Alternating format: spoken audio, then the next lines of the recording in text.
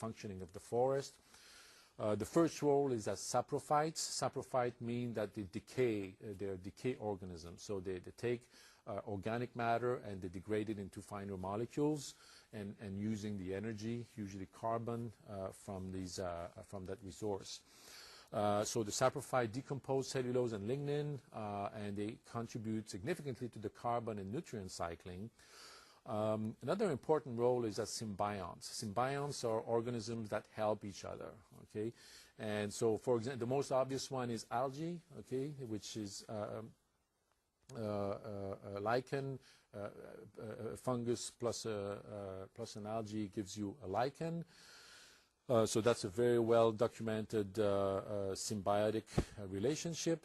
Mycorrhiza, also very well studied symbiotic relationship. That's the fungus that's associating with the root of a plant to protect it, increase water absorption. And you can see on the right side bottom of the slide, right here, the root system, which is really extensive. If you look at the seedling here, it's tiny compared to the root system, and then the mycelium that's spreading from that root system. So this mycelium is really, really extensive and very important in the plant's life. Another important symbiotic association is with insects. Bark beetles, for example. All bark beetles are required to have fungi, blue stain fungi, that they transport, that they inoculate into trees, that allow them to better survive and allow the eggs to hatch, and then the larvae sometimes feed on those fungi. Very important relationship also. Food also is an important role of fungi in the forest. And finally, we come at the end with parasites. Parasites is actually a very, very specialized organization of the fungi that allows them to overcome a plant defense and exploit the resource. So it's really the exception in nature compared to saprophytes and symbionts, which are really, really abundant. So when you start listing the fungi, the parasites are very, very specialized. Okay, so the pathogens themselves have different roles in the forest, and I mentioned that a little bit earlier. Some of them are good guys, okay?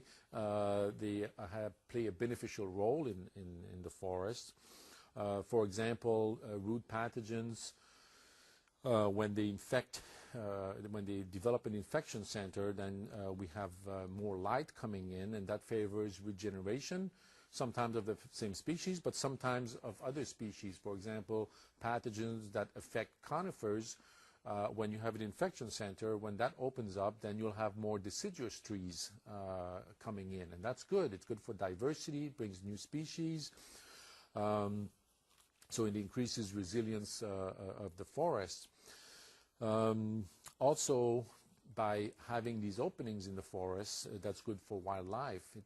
There's bushes, and so that the deer can come and browse in the forest, and so it's really good for the wildlife habitat. It's also good for nutrient cycling. So the carbon and nutrients that are fixed in those big trees, once they fall on the ground, they start rotting, and that recycles the nutrient. It makes the soil richer, and it helps the regeneration. And I've mentioned this, food sources. A lot of these forest pathogens are actually mushrooms, and they're edible, and we can eat them, but also the insects and other microorganisms can also feed on these mushrooms. And finally, the other good role or rule of pathogens as good guys is that it allows for the pathogen and the host to co-evolve and make the forest, again, more resilient, because then you have selection of the fittest. Basically, the pathogens will take out the trees that are most susceptible, and then you end up with a forest that's genetically better adapted, more resistant to pathogens. So better balance, basically. Well, the negative side, of course, is that pathogens can also be bad guys. And again, going back to the definition of healthy forest, depends on the point of view, depends if you're an owner of a woodlot or if you're a nature lover. But for sure, there's some conflict between pathogen and user's goal, and that's what creates these situations where we want to get rid of pathogens. And like I said earlier, in a lot of cases, it's a matter of man creating its own problem. And the first and most obvious one is fire suppression. Fire, when a hot fire comes, like as you can see here in the picture, you have, for example, trees like oak trees that are completely killed, and then you can have conifers growing afterwards. And that controls a disease called fusiform rust in the southern U.S. So the rust is killed basically by the fire. You also mistletoe, for example. Mistletoe is a parasitic higher plant that lives in the trees. When a hot fire comes, the seeds and the plants are killed, and therefore helping to control dwarf mistletoe. So by controlling fire, we encourage some of those disease problems.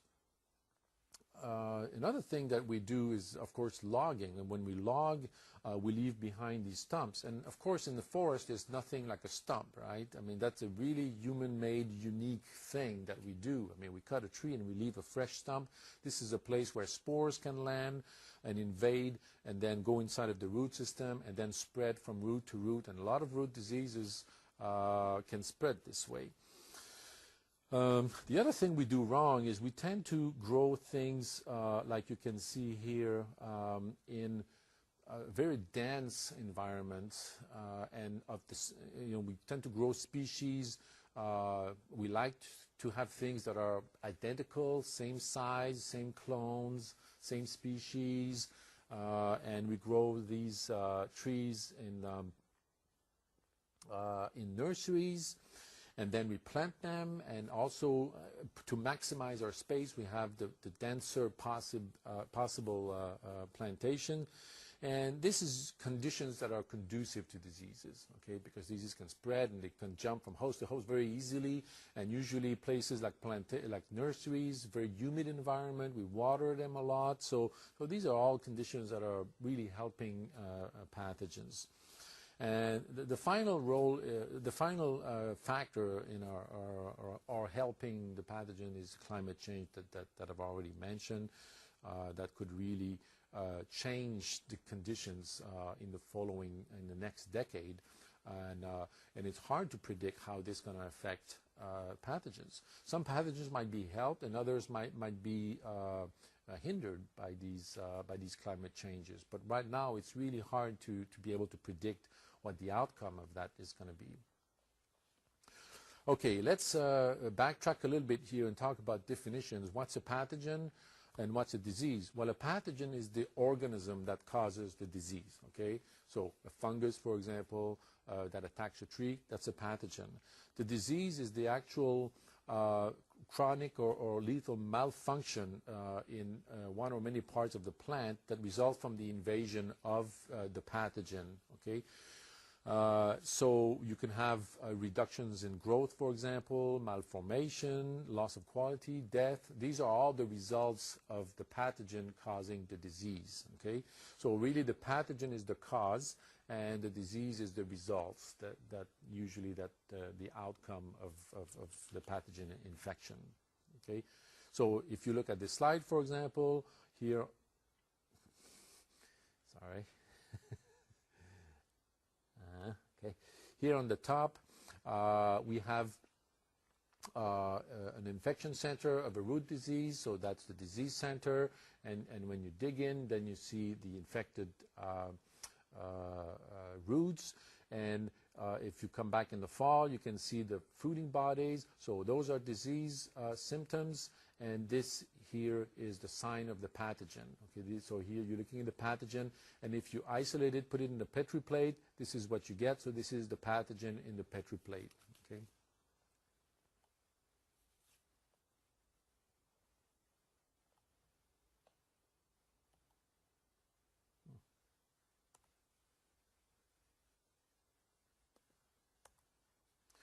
Okay, so there's three big type of diseases. The first one is we call abiotic diseases. Okay, those are diseases caused by non-living things. Okay, so frost, drought, nutrient stress, toxicity, and the way to recognize those, it's very difficult. If a drought comes, the trees look stressed, and it's really hard to say if it's a drought that killed the tree, or is it a root disease. It can be really difficult to determine. But usually when the agent is removed, the tree recovers. So for example, if you have drought, well, once you water the trees, then the tree recovers. So that's how you know it's an abiotic stress. And it's also not contagious. It doesn't spread, whereas other diseases will spread. The abiotic stress does not spread. So it'll happen, there'll be frost, there'll be dead trees, and then it's over. The year after, it's not going to spread as an infection center, for example.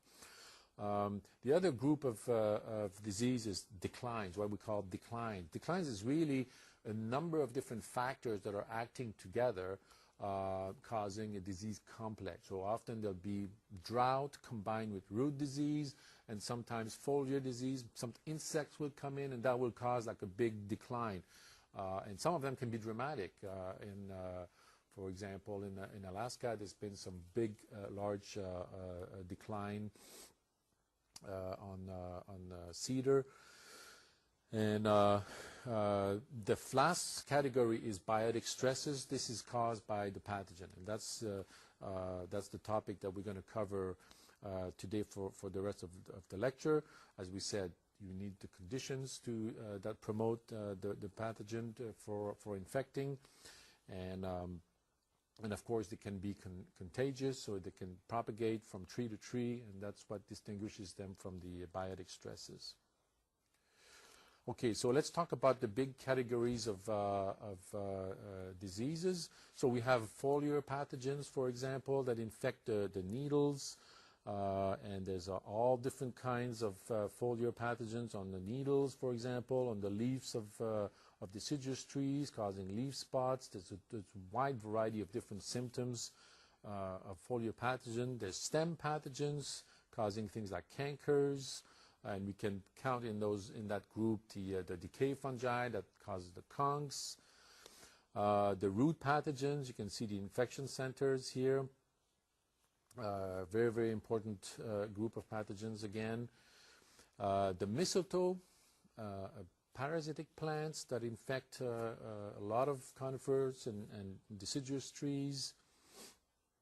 And the rust fungi. The rust fungi, another very, very important group. All groups of plant species on Earth are infected by some kind of rust fungi. Okay, so it's a very important group, and also it causes symptoms that are really, really very varied. You can see that some of them cause witches' brooms, like here. Some of them cause cankers. Some of them cause leaf spots, and all kinds of weird symptoms that you can get from these rust fungi. So a very, very interesting group of pathogens. Okay, so when you walk in the forest, how do you know that if the forest is healthy or not, and how do you know if there's a disease problem or not? The first thing you should do, I guess, when you walk in the forest and you want to determine if there's a disease problem is look at the stand level. So you sort of take a look around and determine if there are things that you notice that would be compatible with having a disease problem. For example, are there stand openings? Are there like a thick forest and all of a sudden a stand opening that would indicate that there may be a root disease or mortality centers? You can look for species shift, for example, because some species might be taken out. Some of the conifers might be taken out by a pathogen, and that will induce other species to come in. Sometimes conifers will be replaced by deciduous trees, and that's an indication that there's disease. You can look at things like stressed trees, for example. Are the trees looking stressed, or are they looking healthy? Is the green of the needles really green, or are they turning on the yellow? Are the needles shedding or falling off? Is there forks at the top of the tree, for example? The loss of leader growth, that's another indication. Sometimes you see what we call a stress cone crop. The stress cone crop is when the tree is under attack, for example, by a root disease. They'll tend to produce a lot of cones at the top of the tree because they are stressed, and as stressed plant, they're trying to reproduce. So they produce a lot of cones to produce more seeds so that they can actually propagate before they die. So it's a very important mechanism of survival for trees. So these are all what we call stand level symptoms that you can look around when you walk in the forest and try to see if you see any of those symptoms. Once you see those symptoms, then you can sort of zoom in and go to the tree level. You might be seeing an infection center, and then you zoom in and try to find some trees and look more closely to see if you find some symptoms at the tree level. And some of those symptoms, there's a variety of symptoms that you might be looking for, but some of them may be more common, are like resinosis, for example. That's when you see resin at the bottom of a tree. And that's because the tree is probably being infected by the roots, and it's trying to what we call pitch out. So basically repel the fungus by producing resin. So the conifers are really good at that, pitching out the infection. And some of those resinosis are typical of some infection. For example, armillaria infection, that's a root disease. Resinosis is very common, so that can be diagnostic of the pathogen. Chlorosis is another indication that there's a problem, so you'll see changes of color. That's what chlorosis is. You have a change of color that could be caused by nutrient deficiency, could be caused by viruses, but that's certainly an indication at the tree level that you have a problem. Other symptoms that you can see at the tree level, necrosis. Necrosis means death of tissue. Okay, that's what necrosis means. And then you have a lot of different types of necrosis. You can have on the leaves, you can have leaf spots, you can have leaf tips, all kinds of different types of necrosis. Some of them are caused by toxins, and you can have it even on the stems. It causes some kind of cankers. And another symptom is hypertrophy. That means overgrowth. So some of the organs are growing too much, okay? And the two most obvious types here is this kind of canker called black knot, okay? Black knot of prunus, very, very common type of disease caused by hypertrophy. And the other very well-known one, you see a lot of this in the forest, is brooming. Okay, that can be caused brooming by mistletoe, could be caused by rust as well. So it's very common symptoms. So these are all different types of symptoms that can help you sort of zoom into what the causal agent is of the disease that you're observing in the forest. Helps you to identify and name the pathogen that's causing the problem that you've observed, basically. But how can you be sure? How can you determine the actual cause is a good question. Well, the easiest, of course, is if you have a mushroom, for example, okay? If you walk in the forest, you see a dead tree, and then you look at the bottom and you see a little mushroom, and it looks like armillaria, for example, well, then you have a very good evidence that armillaria root disease killed the tree. Okay, so that's sort of the best case scenario. But a lot of time you don't have that. A lot of time you see a dead branch, you see some discoloration, you see some leaf spots, you see some broken branches. So how can you actually determine what killed, what did cause these symptoms or kill those trees? So there's a German called Kochs. Developed Koch's postulate in Germany in the 1800s, and he set up a set of rules that are still used nowadays to determine the cause. So what he says is you must observe the symptoms of a disease, and then you must isolate the fungus or the bacterial agent, the microbial agent, isolate it, reinfect a healthy host and reproduce the symptoms, and then re-isolate the causal agent, and then you've and then recreate the symptoms. And then you fulfill the whole cycle, basically. You've gone from the symptom that you see to all the way back to isolating, infecting, re-isolating, reproducing the symptoms, and then you've completed the cycle. And there you can say it is the pathogen because I can actually get it and reproduce the exact same disease with that organism. Okay, so those are called Koch's postulate or proof of pathogenicity.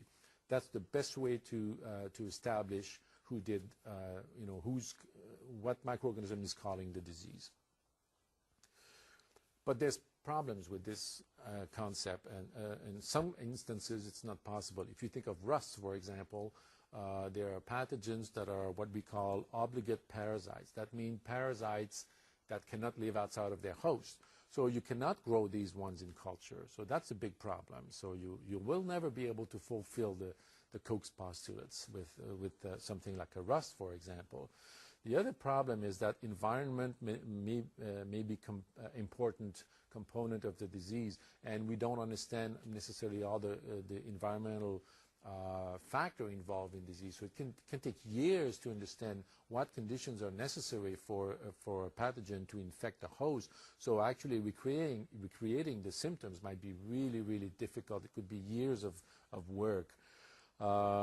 The other thing is that some of these pathogens actually need they are disease complexes, or they are vectored by insects. So that's really, really complicated to get a fungus, an insect, and all of the two together to infect the tree to prove that it's the causal agent. It can be very, very, very tedious. Okay, so proofs of pathogenicity, really an important concept to demonstrate that the pathogen is causing a disease, but there's definitely some exception that we should be taking into account.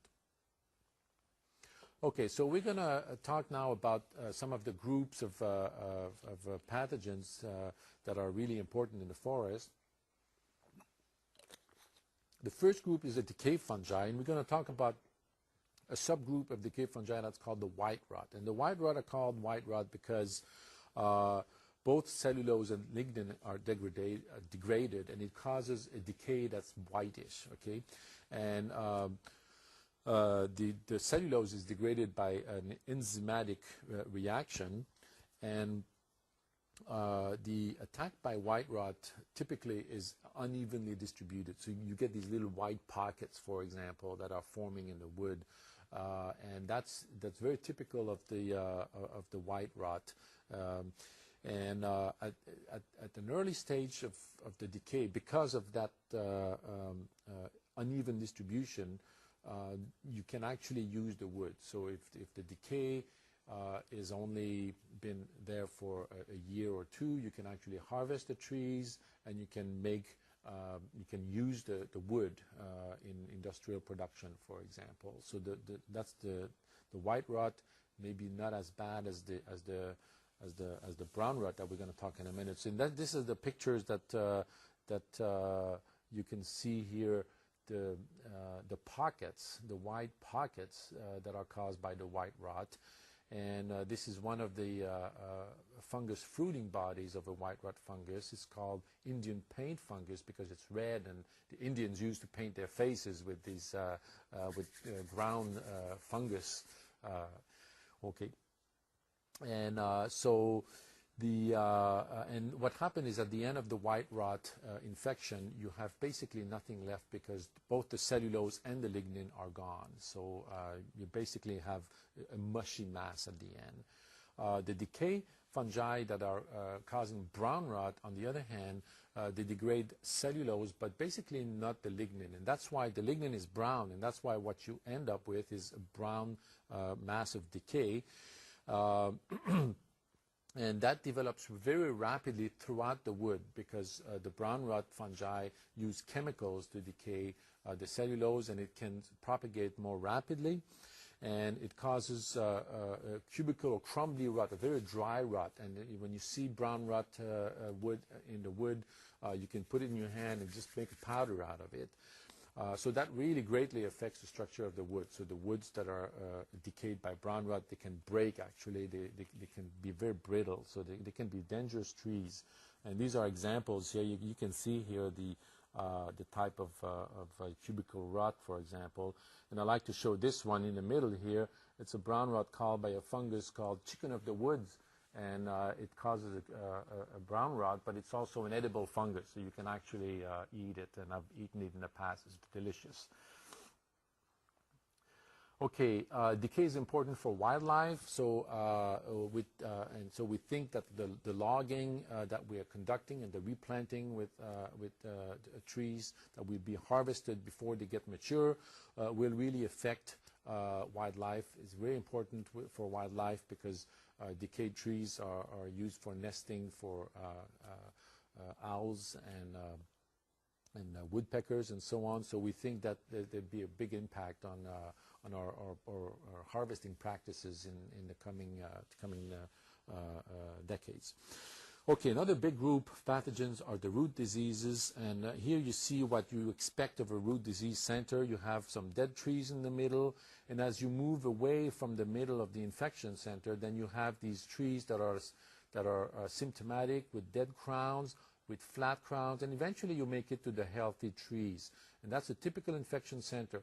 So if you stand in the middle, you look away, and then you'll see these trees here which is still standing, and then eventually you'll see some green trees. So now armillaria root disease, probably the most important root disease. It's present on all continents, very widespread, and it has a very important biology. And in one article that was published a while back, someone had measured the size of a single infection of armillaria and had found that it was 15 hectares wide and 1,500 years old, and it weighed 10,000 kilograms. And the New York Times ran an article on this, and they called it the world's largest, oldest organism, and it was dubbed the humongous fungus from then on. So people still call this armillaria root disease the humongous fungus. But it is a very important disease. You can see the infection centers here caused by this pathogen. And this pathogen has adapted very well to survival. It produces these sort of root-like structures that are called rhizomorphs. They're very hard, very melanized. They have a very thick coating, and they can survive in the soil for decades. Some people say 50 to 60 years in the soil, so it's very hard to get rid of them. And so when you replant some young trees next to fallen trees, often you get infection from armillaria. Of course, the trees can defend themselves, and that's why you see this resinosis that I was explaining earlier, this pitching, the trees trying to pitch out the pathogen. But our logging practices actually affect the tree's ability to defend itself, especially when we do partial cutting. As you can see in this slide here, if you have a tree that's infected here and it's defending itself, you would see some resinosis here. And if you cut those trees that were infected, then what happened is that the fungus will be able to grow without the tree being able to defend itself. And you can see that the fungus is actually spreading, and then eventually it can infect roots of the neighboring trees, and that's how you get a very, very large infection centers after logging. So logging is a really made armillaria an important disease problem. Okay, now to control root diseases such as armillaria, there's a very drastic method that we have developed here in British Columbia. It's called stump removal or stumping. We use this big machinery, basically pull out the stump in the hope that we are actually pulling out the inoculum and flip the stump over and exposing the roots. And we don't even need to burn it, because basically we just kind of dry out the roots, and usually the fungus will die.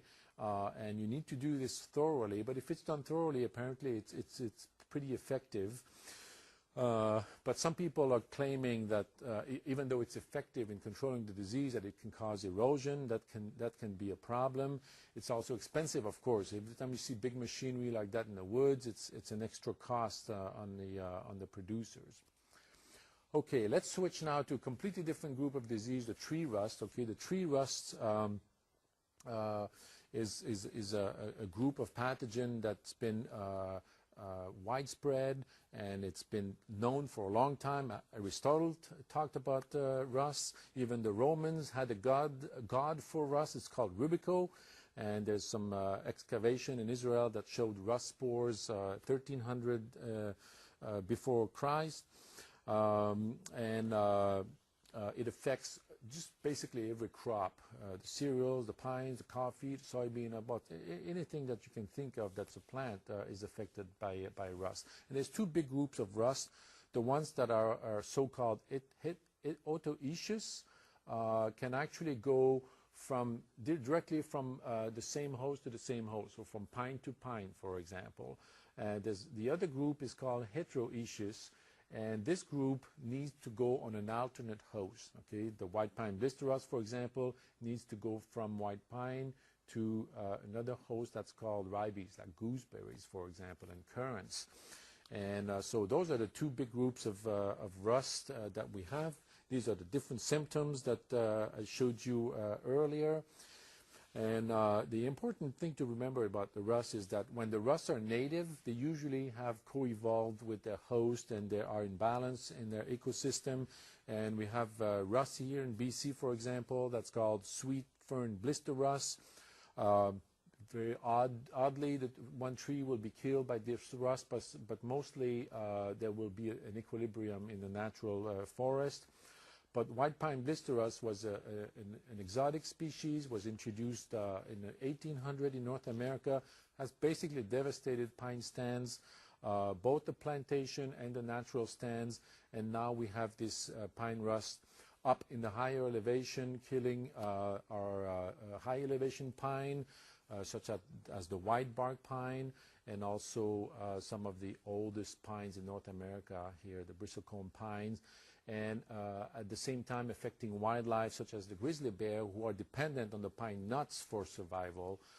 So all kinds of ecosystem problems happen when you have a species like the white bark pine, for example, taken out of the equation.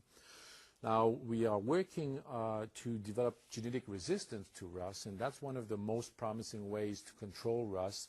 And what you do basically is the premise is that there are some resistant genes in the pine population, and you need to screen and then eventually select the individuals that are resistant to propagate them. And this is an example here. You can see that there's some survivors. They were exposed to an extremely high level of rust, and the survivors here would be what you would want to propagate in your next generation, and you can see that the reaction of the pines. Here are some what we call resistance reaction. The pine is basically killing the fungus as it gets infected. And what you do then is you have these pollination bags. You try to collect the pollen and then do some crosses between the individuals that are resistant, and then you will generate seeds that will then possess the genetic background for resistance. Okay, now in conclusion, we have talked about forest health, and we've seen that forest health, the definition of forest health depends on the user, but that human influence is absolutely important. Without human in the balance, we could probably consider all forests healthy. Now, we've also talked about the role of fungi in the forest. We see that they're very, very important and varied roles. Some are positive, some are negative, but the negative roles of fungi in the forest is mostly the exception and mostly driven by what man is doing. And we've seen some of the most important groups of pathogens, the decay fungi, which are important in ecological processes, the root diseases that can have a positive role in the forest with the openings, or a negative role, especially after intervention like logging, for example, and then the rust that can be devastating, again, if we have accidentally introduced them into their non-native environment. Okay, so thank you very much, and this is a picture of beautiful Vancouver City in the summertime.